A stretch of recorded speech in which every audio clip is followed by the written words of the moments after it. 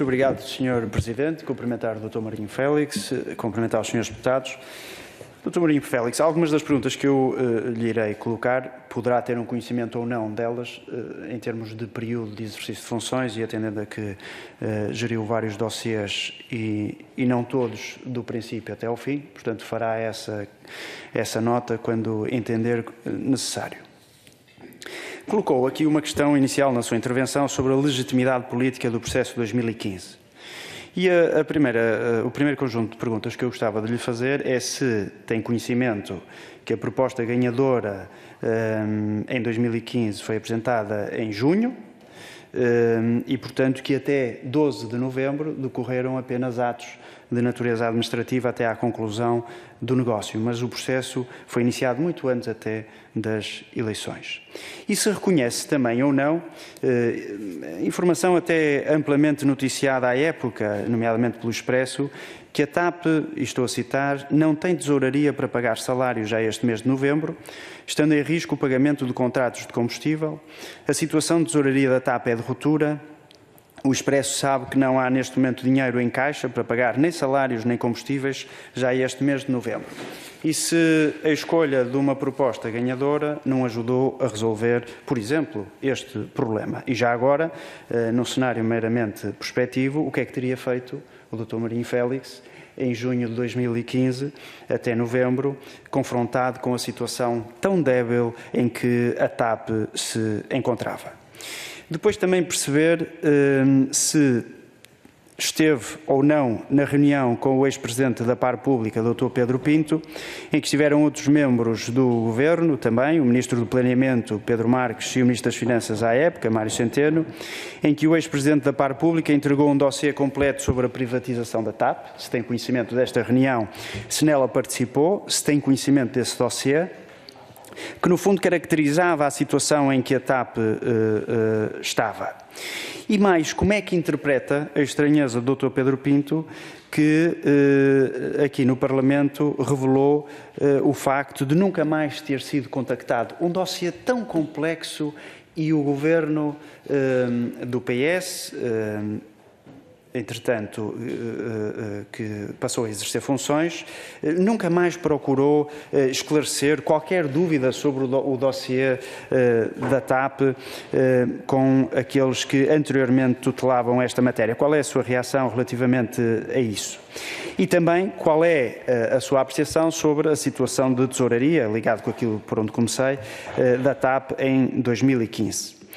Perguntar se teve conhecimento da carta do Presidente da TAP à data, Fernando Pinto, à Par Pública, no início de novembro de 2015, dando conta da situação desesperada da TAP. Perguntar se conhece qual era o valor da TAP em 2015, à data da privatização.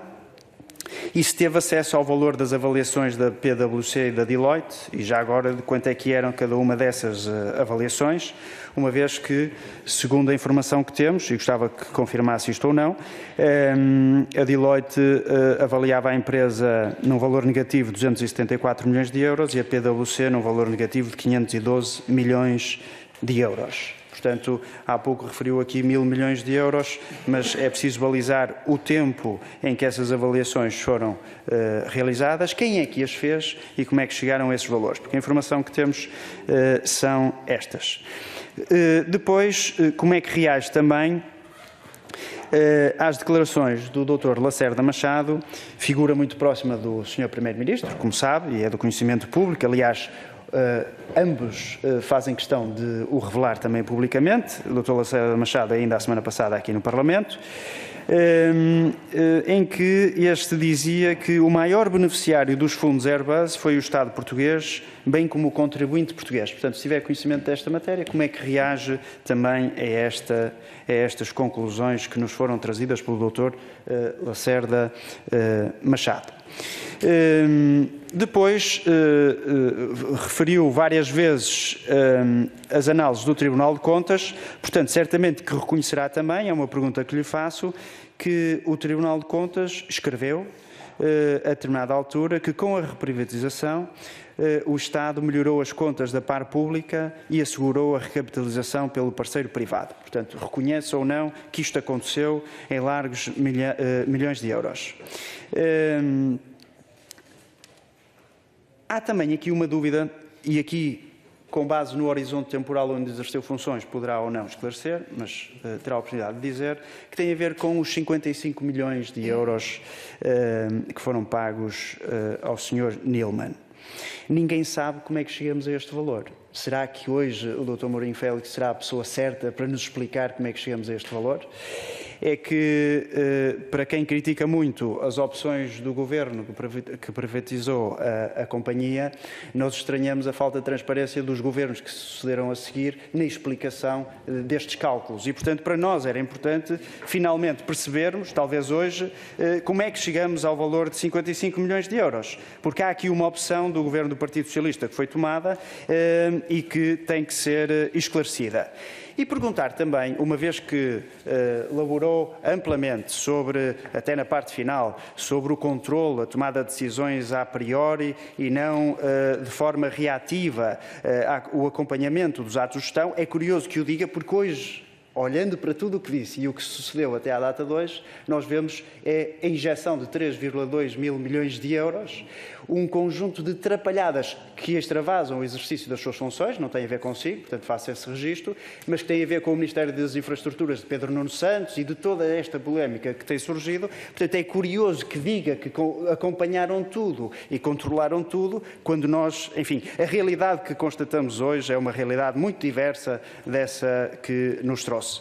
Talvez fosse essa a realidade que desejava na altura, não foi a realidade que o futuro acabou por trazer, como os factos têm demonstrado, e nós só podemos lamentar. E perguntar também, uma vez que com o processo da privatização de 2015 foi assegurada a existência de uma comissão de acompanhamento, ela existiu, não existiu? Participou nas reuniões dessa comissão de acompanhamento ou interpelou alguma vez para saber o que é que se passava na TAP? O que é que se passou com a entrada do Governo do Partido Socialista em funções, que a partir daí, pelos vistos, o modelo de acompanhamento da TAP é tão diferente, que pouco controlou, mas aqueles que eram mecanismos contratuais ou legais ou que estavam à disposição do Governo não foram utilizados. E para já ficava por aqui. Obrigado, Sr. Deputado Carneiro.